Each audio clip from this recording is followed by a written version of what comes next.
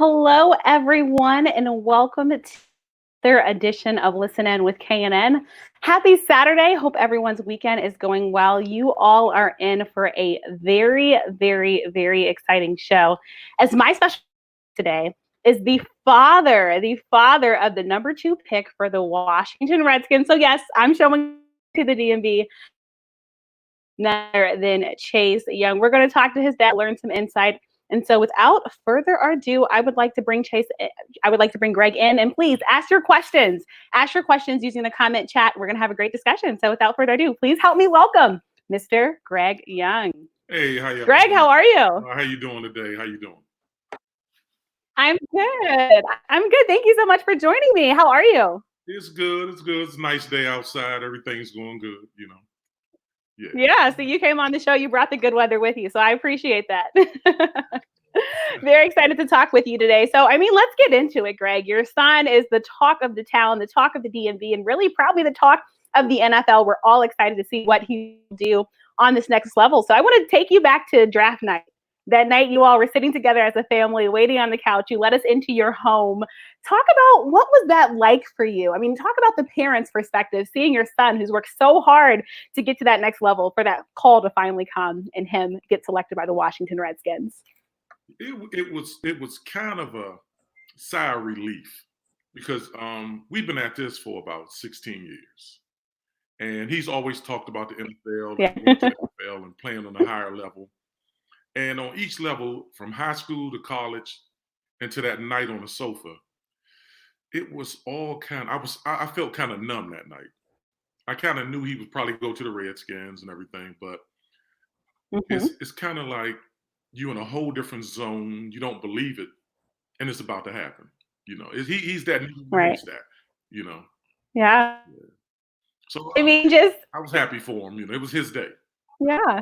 It was. And I thought just seeing that pure raw emotion and seeing you all, again, who have been there with him, you, your wife, his sister, like just finally getting that call. And then to go to the Redskins, a team that I'm assuming that you cheered for, right? Living in this area?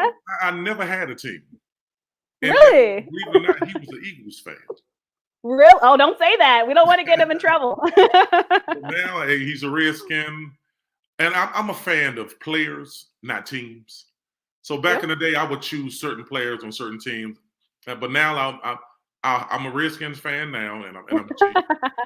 We got to get you some Redskins gear now, right? We're inheriting you into the family. We got to make sure you sing the fight song with us all on game day at FedEx Field. And you said you're a fan of players. I'm curious, who were some of your favorite players that maybe you and Chase share together that you guys both like? Football, Lawrence Taylor. Yeah. And Chase is kind of like a bigger version of Lawrence Taylor. Yes. Deion Sanders, I looked at players who took over games. And players like Deion Sanders, Lawrence Taylor, quarterbacks, back in the day, Joe Theismann. They could just come in and take over a game, So we've always been a fan of players, and I always showed him players like that to keep him working hard. Yeah. And then when you see what he's grown as this football player and as this man, what does that mean to you? Talk about it. Like, how were you able to help Chase grow into the player that he is today? Well, I tell a lot of people, this started back when he was 10 years old. We went to Home Depot. And I told him, I said, I'm going to buy you something. And he was like, okay, what at Home Depot would you buy me? Wow. Lawnmower, and I had the self-propel cord on it, and I took it apart. Wow. So his work ethic started around the house. At 10 years old, he washed his own clothes, he cut the grass, and I believe that when you instill a hard work ethic into a kid, it'll carry over into sports. And that's what happened. So when he got into sports, he worked just as hard. Yeah. And we see it. We got to see all the great work that he did. It started, I think we got to really put an eye on him in high school, and we got to see what Chase Young was about. But before we go to Chase, I want to talk about you more and go into your background. Now, Greg, you are retired now from the police department in Arlington, right? 22 years, right? Yep. Yep. Wow, amazing. Well, first, thank you for your service. Oh, And I thank you. understand, like, Chase is coming from a family with lots of law enforcement in it. So it makes Yeah. sense that he's disciplined on the football field. But talk about it. What's it like being a police and raising this son who's in the public eye constantly? What was that like for him growing up? Um, Being a police, I kind of stumbled into that. I was Yeah. young, you know. I had my dreams of going to the next level playing basketball. It didn't work out. So one day my mom just Hmm. sat me down and said, you know, it's time to get a job. You know, I was Yeah. playing in all pro leagues and everything around DC, and nothing was panning out. Yeah. I'm 6'10", so Wow. I'm a big guy. To say the Um, least. yeah, so I mean, being a police officer, it was. People would say, "Aren't you scary?" I'm like, "No, it's how you treat people when you talk to them." Yeah. And I never had issues my whole 22 years. No Wow. problem. Yeah. And then I understand Chase looks like he followed after you because his major at Ohio State was criminology, right? Criminology, yeah. I don't know when he'll ever use it, but but I said maybe one day you'll start a company like a security company or something. And you'll be able to Yeah, get back to I the mean, people. look, we're all scared of him already. So look, I can see that. I can see it turning into something. And the fact that though, I understand that Chase had said he wanted to be a right before these football dreams came true. Is that right? I think FBI agent. Yeah.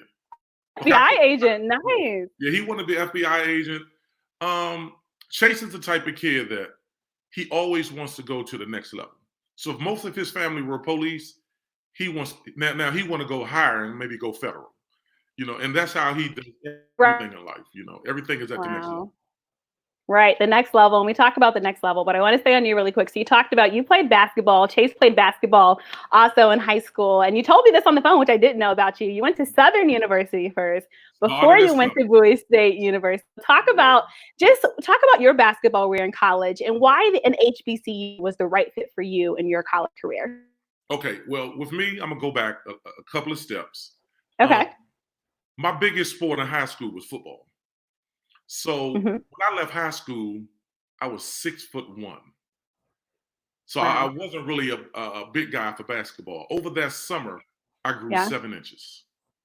Between that, Your poor parents. yep, I grew about 7 inches. So around the end of that Wow. summer, I was like, you know what? I think I may move to the next sport. So what I did was I Yeah. prepped. I went to a prep school called Laurinburg Institute Hmm. down in Laurinburg, North Carolina. And Yeah. from there, I was recruited, like mostly the southern schools. Right. So I went to oh, something happened here.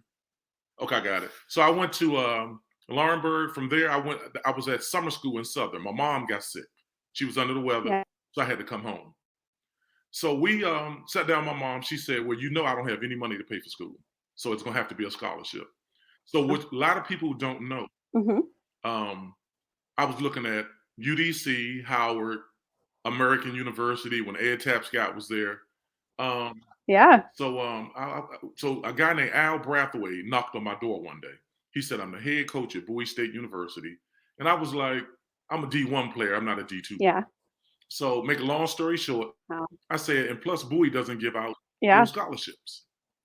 If most people don't realize it, I'm the Mm. first person Yeah. in the history of Bowie State to ever get a full ride in any sport.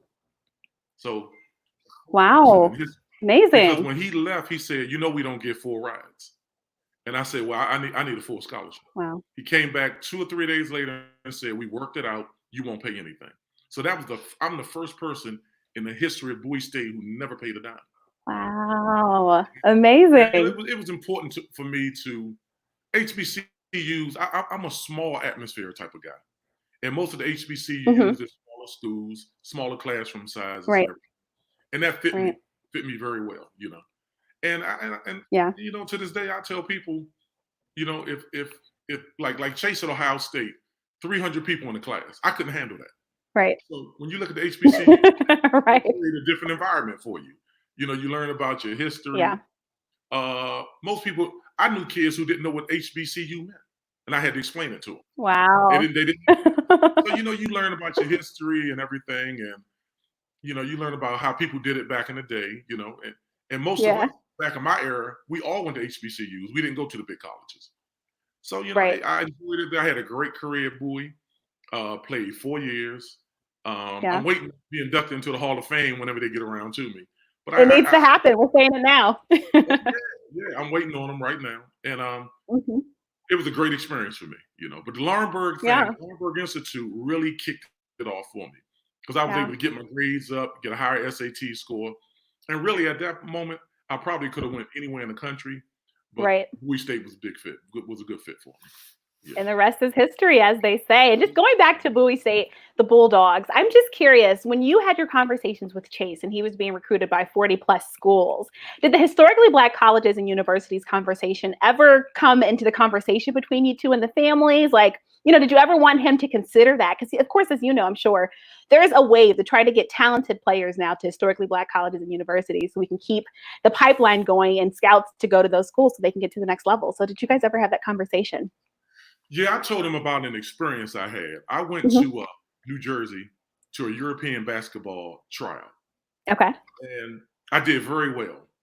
And then I was sitting around and a guy walked by me who was running the camp. Yeah. And he says, "That's the big guy from Bowie State." Oh, right man. I said, wow, he can't even pronounce the school name, so I'm in trouble. Yeah. And when I explained it to Chase, I said, you play on a big stage. So we have to put you on the biggest stage that we could put you on. Yeah. And I would have loved for him to go to like a Bowie or Morgan or HBCU.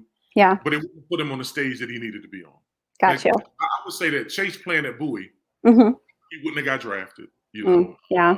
He just the stage wasn't big enough. It's kind of like people don't realize Chase went to a school called St. Vincent Pallotti before DeMatha. Right, before DeMatha, yeah. And Pallotti wasn't big enough back then to put him on the stage that he needed to be on. So we made the adjustment and we transferred.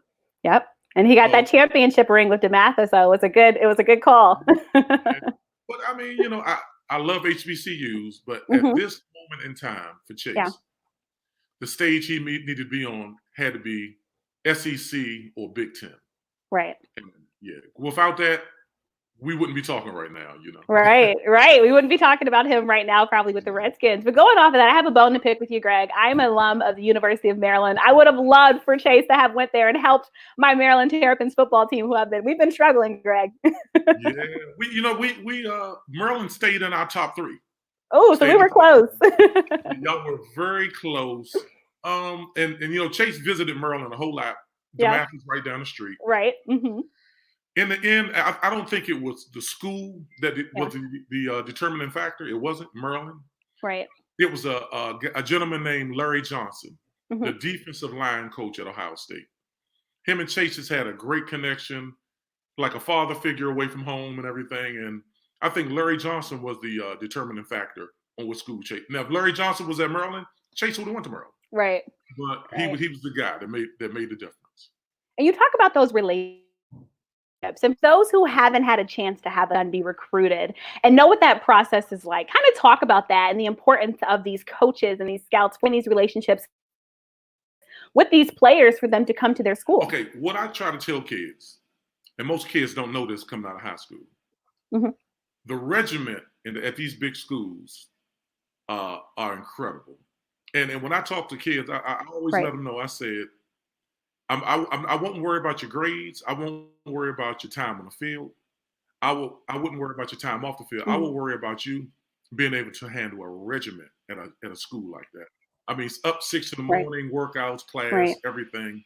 And then I also tell them, your head coach may not know much about you. Your position coach, like a Larry Johnson, is the relationship that you have to have. Because when it's time to go into the game and who's going to hold you accountable for things, it's always going to be your position coach. So that's the relationship that you have. Right. That closer bond. That's your bond right there. That's your dad away from home, and which is important, away from home. So when I called up to Ohio, if anything about Chase, I would call Larry Johnson.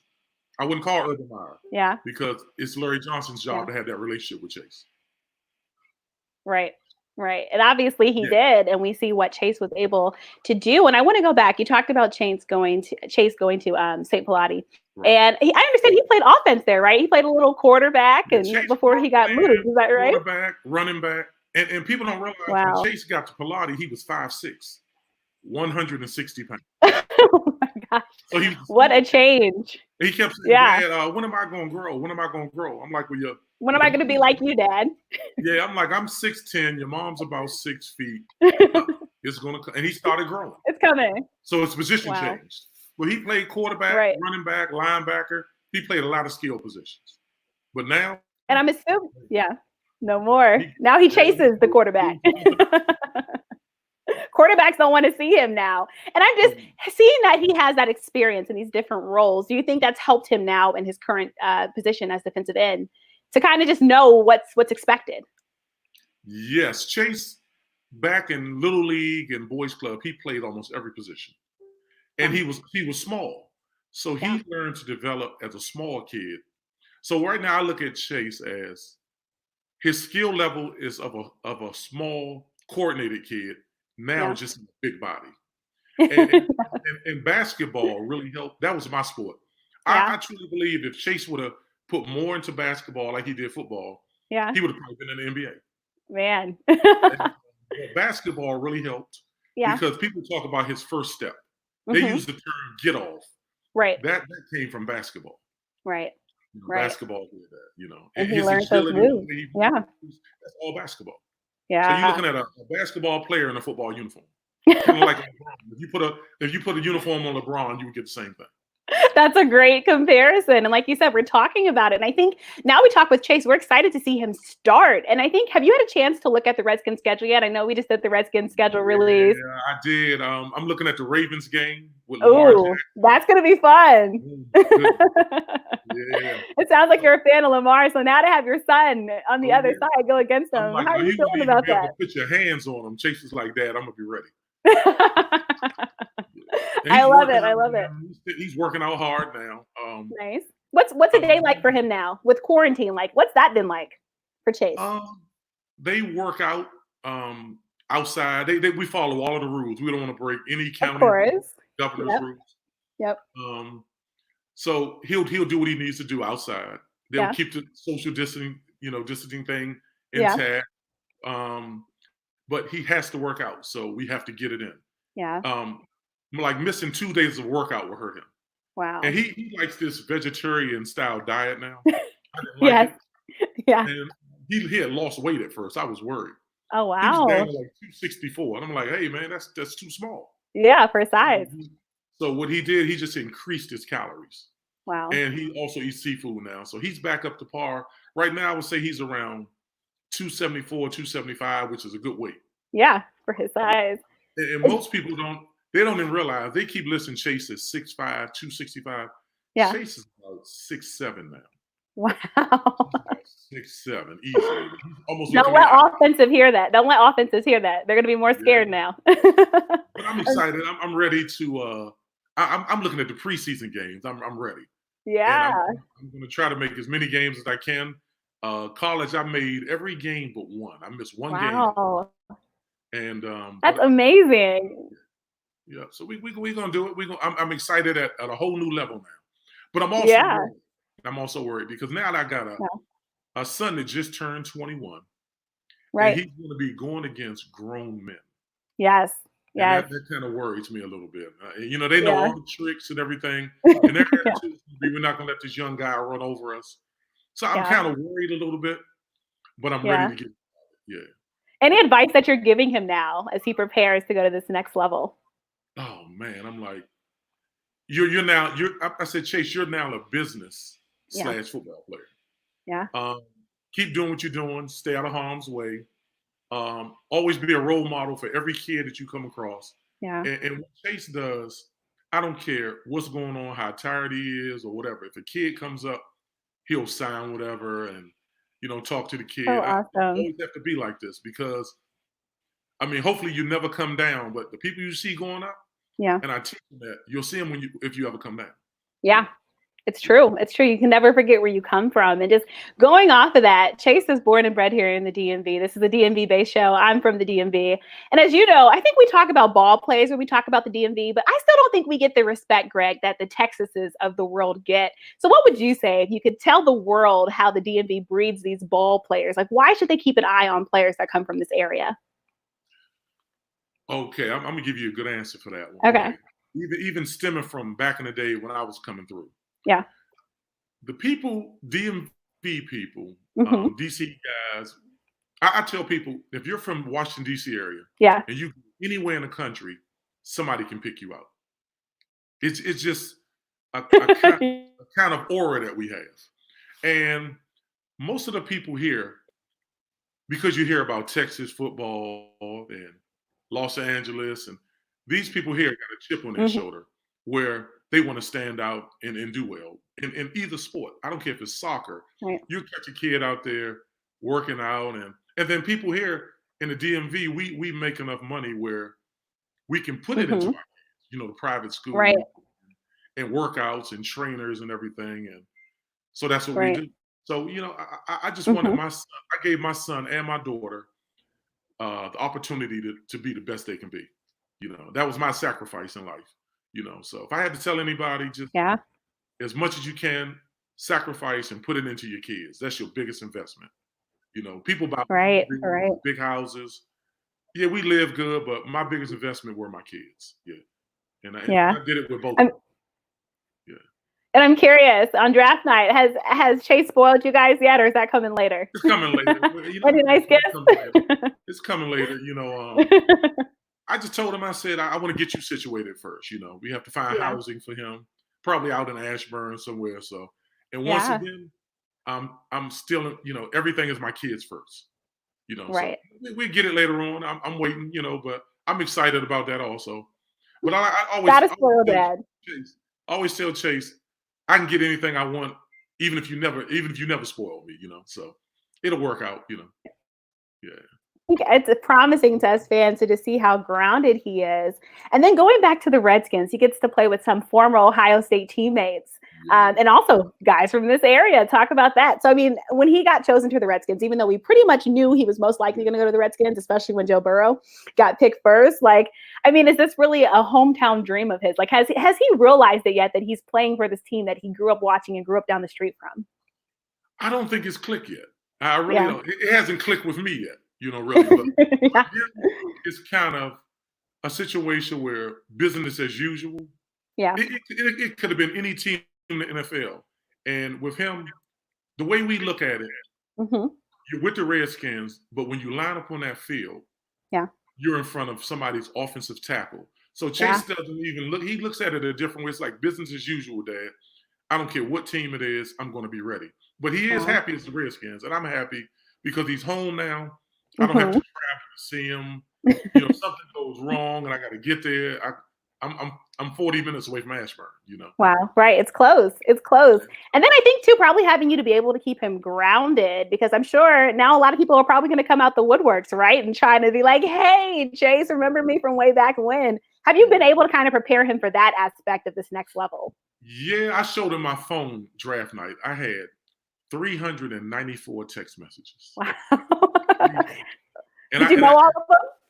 I knew everybody, but it took me about a week to answer everybody. So Wow. I said, look at this, Chase. These are some people I haven't talked to in years. Wow. I said, so stay grounded. Yep.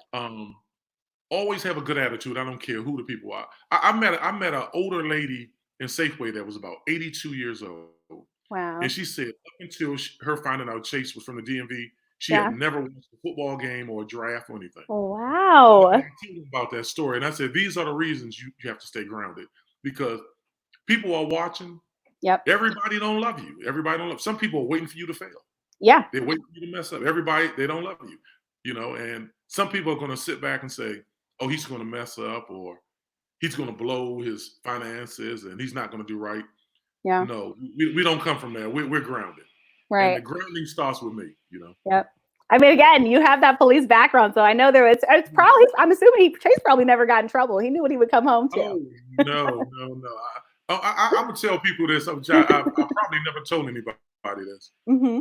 When he went to high school, and this was my speech to him the first week of high school. I said, don't go get in trouble. Yeah. I said, because when I come up there, it's gonna be different than some of your friends. Yeah. I said, don't ever let me get a phone call and I gotta leave my job and come to that school. It's gonna be trouble.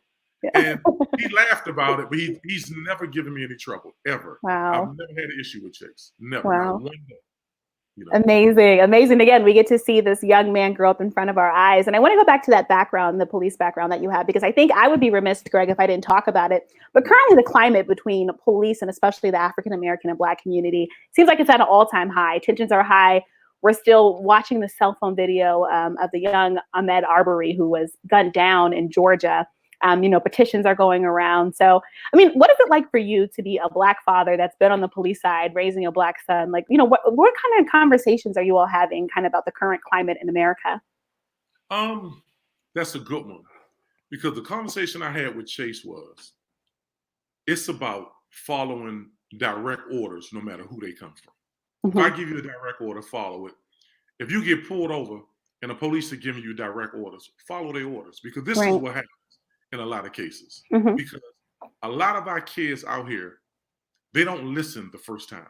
Like parents may say, take the trash out, and have to say it 3 or 4 times. Mm-hmm. I've never had to do that. I'm like, take the trash out, he'll get up and do it. Yeah. But you look at a situation like this. If I'm a police officer and I pull a kid out of the car just to pat him down for my safety. Right. My words to that kid would be, I'm about to pat you down. Mm-hmm. Don't turn around because I'm about to pat you down.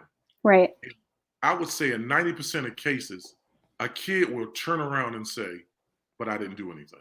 Mm-hmm. So it's that first direct order that they don't listen to. So then situations escalate. Right. So if I got you in a car and I'm like, hey, don't turn around. I'm doing this for my safety. Most kids turn their head and say, but I didn't do anything. And that's what. So it goes back to that listening the first time and obeying the first time and obeying that direct order when you hear it. Right. He's not going to say it 3 or 4 times. He's going to say it 1 time. Right. So we just have to do better with, making our kids understand that when you're out here and somebody tell you something, do it the first time. They shouldn't have to tell you 3 or 4 times. Right. Right. And I think this is an important conversation to have. And again, it's one that you obviously had with your son and your daughter. But for those kids that don't have that normal or family structure with 2 parents, or they don't have that normal family structure and they're being raised by a guardian or something like that, how do we help those kids and teach those kids how to be able to interact in these in these situations with police officers? In my case, we grew up, my mom was a single parent. Mm-hmm. Dad wasn't around, but she was kind of like both parents. Right. I tell people, I remember a story back when I graduated from high school. And I stayed out real late. Yeah.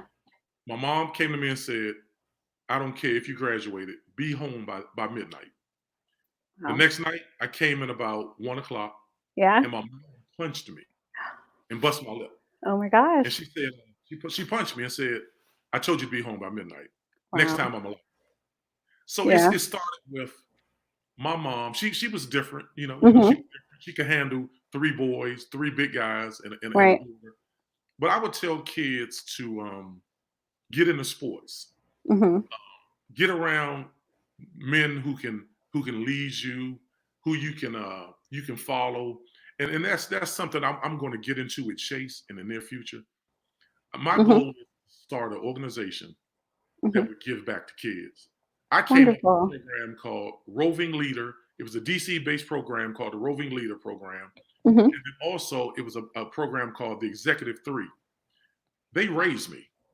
Wow. If I needed football cleats or tennis shoes, they got it for me. Yeah. And these are the kind of programs that I'm going to get with Chase, and we're going to start, because just like you said, sometimes a mom can't do it all. You need somebody else in their life. And, right.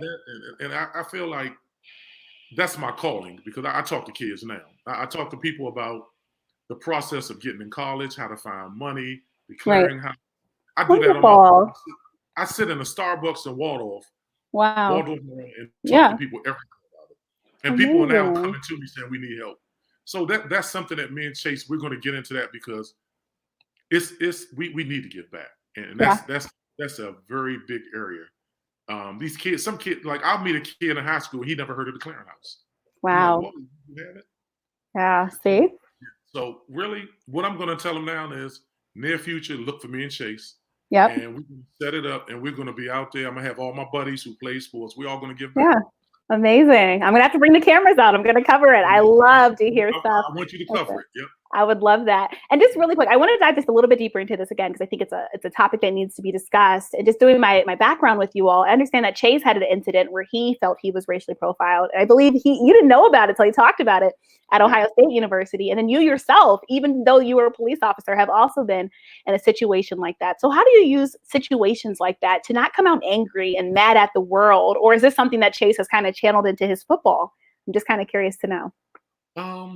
When we talked about it, I told them about situations I've been in, and I get pulled over, and they don't know I'm a retired cop. Or even when I was on a police force, I was racially profiled in D.C. on the 14th Street Bridge. And the guy, he got me out the car, and he tried to slam me up against my truck, and I was like, "Whoa, what are you doing?" Yeah. So after he pats me down, he does his pat down, and pulls up my ID. And I could see his face like, whoa. It changed, I'm sure. He was like, why didn't you tell me? I'm like, I'm not supposed to tell you. Right. You shouldn't have to. Yeah.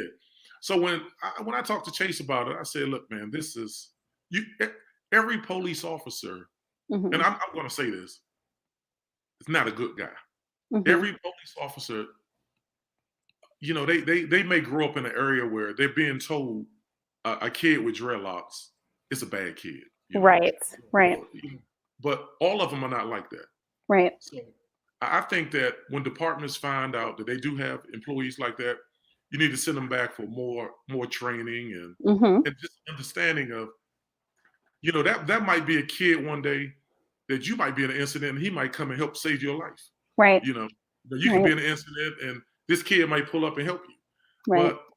But that's with this racial profiling and everything, I would just tell people, every cop who goes through an academy and passes the physical and the academic part, you probably have to look at background on how they were raised, what they were told. I met guys when I was in the academy who was in the academy with me and told me that, you know, my mom and dad told me all black, never trust a black guy.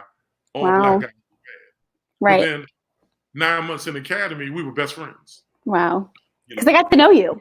Yeah, they get to know you. So I tell some of these cops who feel that way, go get to know some of these kids. You know, right? They're good kids. Yeah. You know?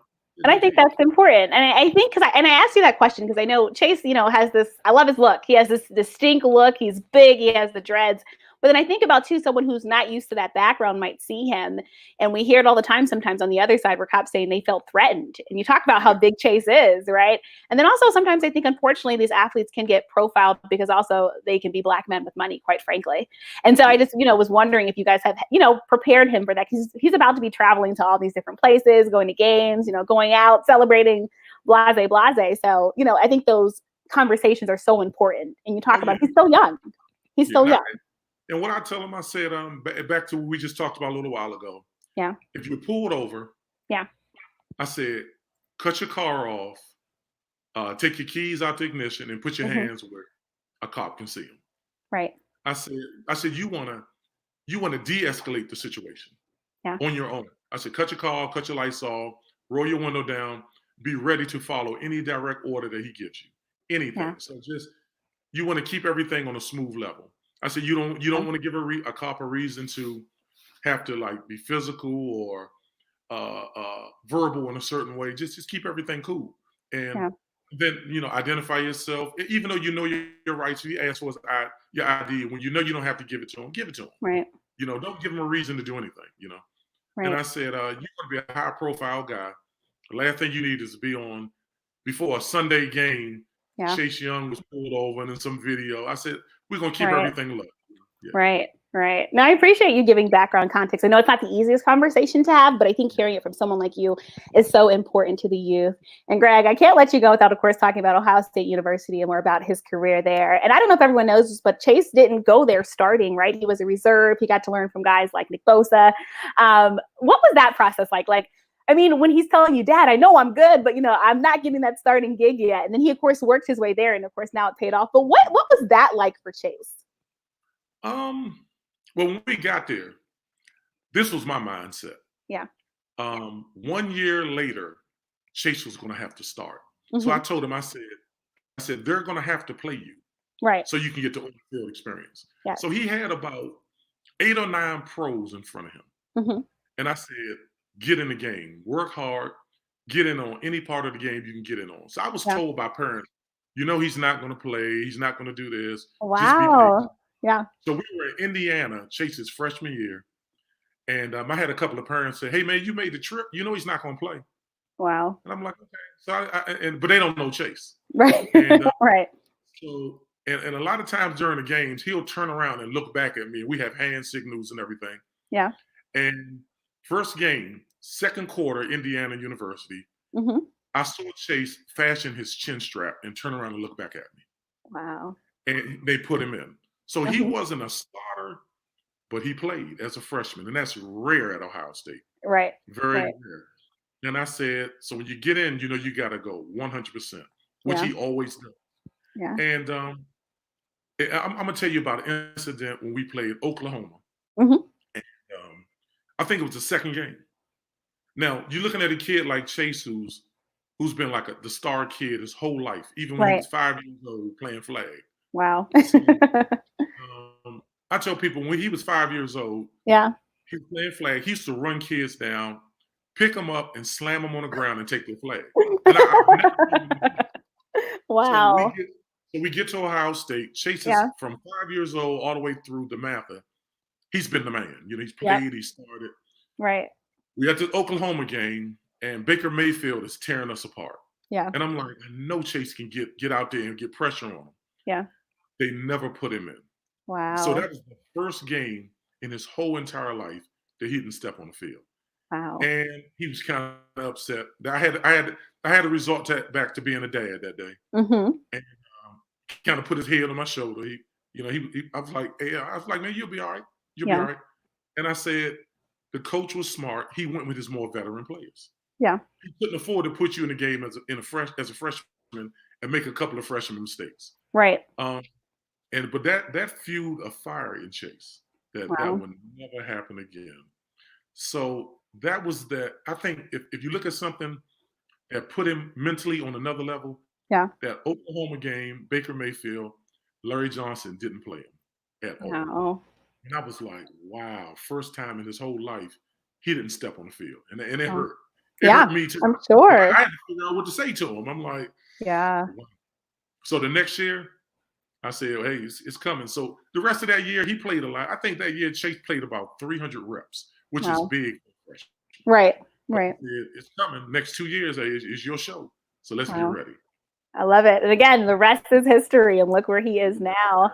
And before I let you go, I mean, we have to talk. We all know Chase Young, the player now, or at least what we think we know of him from seeing him on the football field. But what is Chase like off the football field? How is Chase? How would you describe your son? Real reserved, quiet. I'm not going to say loner, but if he hung by himself every day, all day, he would be fine with it. Yeah. Yeah. He's not really flashy like people think he is. On a daily basis with Chase, he has on a pair of shorts and a t-shirt. Yeah. It could be cold outside. Everything is always in workout mode. Yep. So, Yep. Chase off the field, quiet, kind of reserved, sleeps a lot. He used to eat a lot. I think with the diet thing that changed.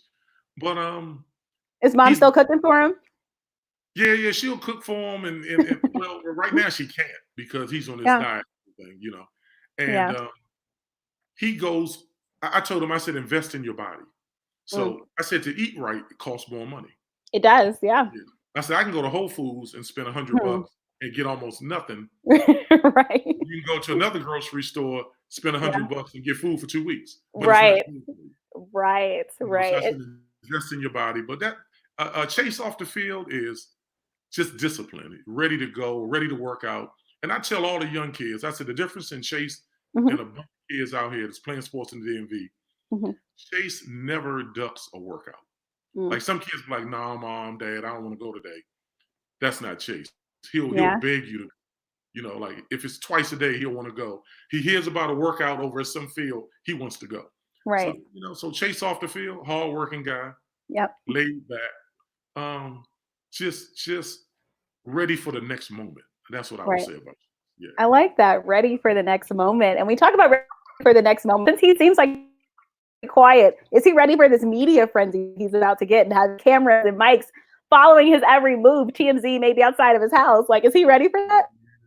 I think so, because it's kind of been like that over the last year with the Heisman thing and, Yep. Ohio State. I mean, at Ohio State, we would have to just like hide him and put him in a car and get him out the stadium.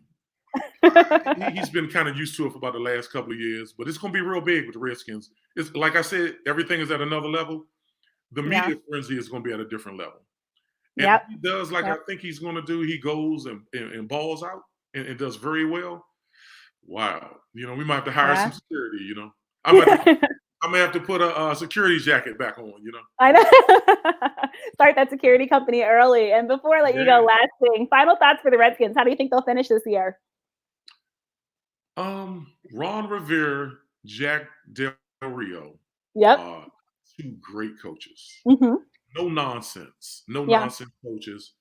They're gonna come in, and when I say clean house, I don't mean get rid of people, but clean some people's mindset.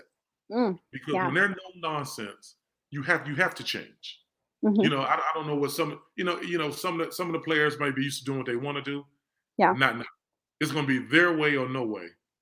And I got us winning 10 games. Nice. Ooh, what a change. Because look, Greg, I'm going to remind you, 3-13 last year. That's an increase. You put a line in front of Haskins, he'll pick you apart. Mm-hmm. Put a Haskins with a full year of reps is going to be a different guy.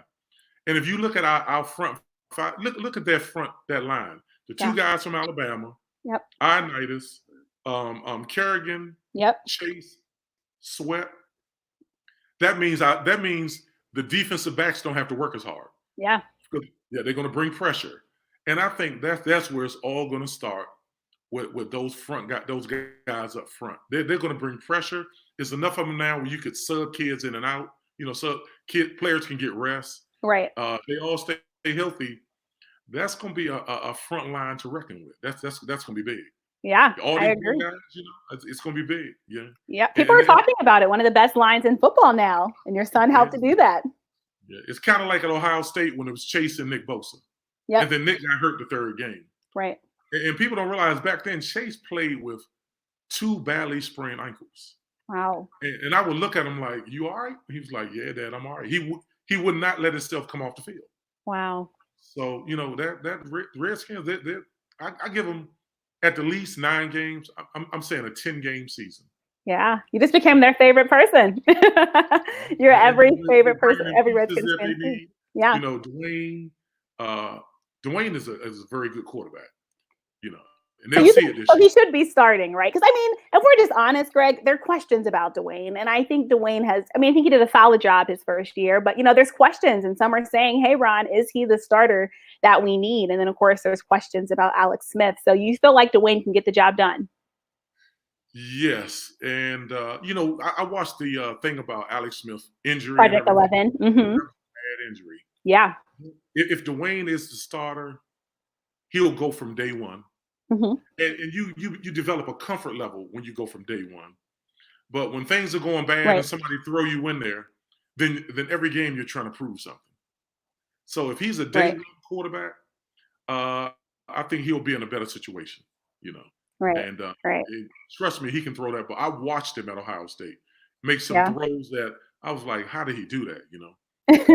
This is what he's going to show this year. And Chase, Dwayne, Terry McLaurin, they're all buddies. Yep. And just to be on a team now, you got a couple of your buddies there. Somebody after practice you can go eat some wings with and sit down and talk about what you need to do. And a guy at Ohio who comes from Ohio State, who if you're not doing what you're supposed to do, will tell you. Yeah. It makes a difference. And you talk about all of them. We got a question from the fans. I think this is a fun one for you. How many sacks do you think your son will have this season? Wow. They put you on the spot, Greg. It wasn't me. That's a good question. Mm-hmm. And I'm gonna go at it from this standpoint. Because they don't the offensive tackles in the league have never went up against him and realized he's such a big guy, fast. I think this year I would say 12. Well, okay. 12 seconds. Nice. And then next year teams will they'll prepare different for them, and it could go down or it could go up. I'm gonna give him 12 this year. Well, okay. Well, we're going to have to count those. I see it coming too, though. I'm trusting. I think trust your father and things will go well. And really quick, you talked about the guys from Ohio State University, and I know they all kind of started playing football younger, but of course, football now, they're seeing decreased levels of play because of the concussion injuries, and people are kind of quite frankly scared to put their kids in the sport because I think they're realizing just some of the effects that can happen after. So for those parents right now, Greg, that are hoping to have future Chase Youngs, what would you say to them? Are you a proponent of youth football? Do you think it needs to be changed? Would you rather see kids playing flag first and playing tackle at a later level? Just want to get your thoughts on that. I would say play flag first to learn all the fundamentals and all the positions. But then I also tell parents it's more concussions in soccer. And at least in football, you have equipment on. Right. Coaches now in Little League, starting in Little League, are teaching kids to tackle different. When I was coming up, it was like put your head in there and ram with your head. They don't teach that anymore. Yeah. They teach tackle with your body, your chest and everything. So they're being taught different now. So the concussion thing, like I would tell Chase, never stick your head in there. And we were down Chase's junior year. We were playing down in Florida. Yeah. And Chase got hurt.